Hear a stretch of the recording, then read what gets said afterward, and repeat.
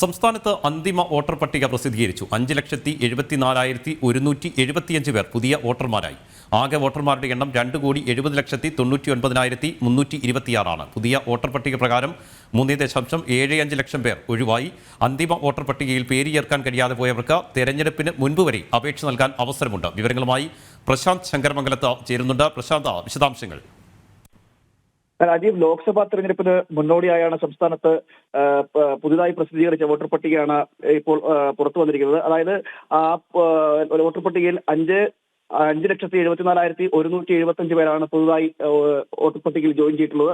അതുപോലെ തന്നെ ആകെ വോട്ടർമാരുടെ എണ്ണം ഇപ്പോൾ 2,70,99,326 നിലവിലുള്ളത്.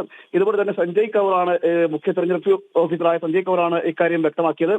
മാത്രമല്ല ആകെ ഈ സ്ത്രീ വോട്ടർമാരുടെ എണ്ണം 1,39,723,723 ആകെ പുരുഷ വോട്ടർമാരുടെ എണ്ണം 1,31,31,00,000 ആണ് എത്തിയിരിക്കുന്നത്. അതുപോലെ തന്നെ ഭിന്ന ലിംഗക്കാരുടെ എണ്ണവും 309 സ്ത്രീ പുരുഷ അനുപാതം വന്നിരിക്കുന്നത് 10,068 കൂടുതൽ വോട്ടർമാരുള്ള ജില്ല മലപ്പുറം ജില്ലയാണ്. മലപ്പുറം ജില്ലയിൽ 32,79,172 വോട്ടർമാരുള്ളത്. അതുപോലെ തന്നെ കുറവ് വോട്ടർമാരുള്ള ജില്ല വയനാടാണ്. വയനാടിൽ 6,21,880 ഉള്ളത്.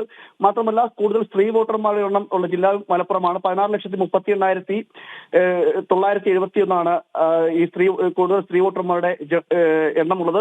കൂടുതൽ ലിംഗക്കാരുള്ള ജില്ല തിരുവനന്തപുരം ജില്ലയാണ്. 60 ജില്ലയാണ് ഭിന്നലിംഗക്കാരായ വോട്ടർമാരുള്ളത്.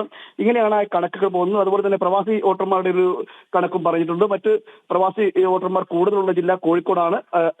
ഇങ്ങനെയാണ് ആ കണക്കുകൾ രേഖപ്പെടുത്തിയിരിക്കുന്നത്. സംസ്ഥാനത്ത് ഈ 25,177 പോളിംഗ് സ്റ്റേഷനുകളാണ് ഉള്ളതെന്നും ഈ തെരഞ്ഞെടുപ്പ് കമ്മീഷണർ വ്യക്തമാക്കുന്നത്. അതായത് ഈ തെരഞ്ഞെടുപ്പ് ഇലക്ഷൻ കമ്മീഷണർ വ്യക്തമാക്കുന്നുണ്ട്.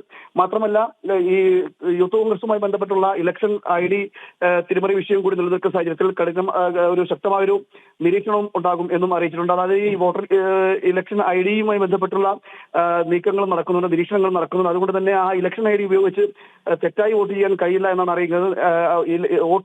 വോട്ടിങ്ങിന് ഉപയോഗിക്കുമ്പോൾ തെറ്റായി വോട്ടിങ്ങിന് ഉപയോഗിക്കാൻ കഴിയില്ല എന്നാണ് ഇലക്ഷൻ കമ്മീഷൻ പറയുന്നത്. എന്നാൽ മറ്റു കാര്യങ്ങൾക്ക് ഇത് ഉപയോഗിക്കാൻ സാധിക്കുമെന്നും പറയുന്നുണ്ട്. എന്തായാലും ഇത്തരത്തിലാണ് ഈ ഇലക്ഷൻ കമ്മീഷന്റെ ഒരു പട്ടിക ഇപ്പോൾ പുറത്തു വന്നിരിക്കുന്നത്. ലോക്സഭാ ഇലക്ഷന് മുന്നോടിയായിട്ടാണ് സംസ്ഥാനത്ത് അന്തിമ വോട്ടർ പട്ടിക പ്രസിദ്ധീകരിച്ചിരിക്കുന്നത്. 5.75 ലക്ഷം ആണ് പുതിയ വോട്ടർമാരുടെ ഒരു കണക്ക് പ്രസിദ്ധീകരിക്കുന്നത്. രാജീവ്, സംസ്ഥാനത്ത് ലോക്സഭാ തെരഞ്ഞെടുപ്പിന് മുന്നോടിയായി അന്തിമ വോട്ടർ പട്ടിക പ്രസിദ്ധീകരിച്ചിരിക്കുന്നു. പ്രശാന്താണ് തിരുവനന്തപുരത്ത് നിന്ന് വിശദാംശങ്ങൾ നൽകിയത്.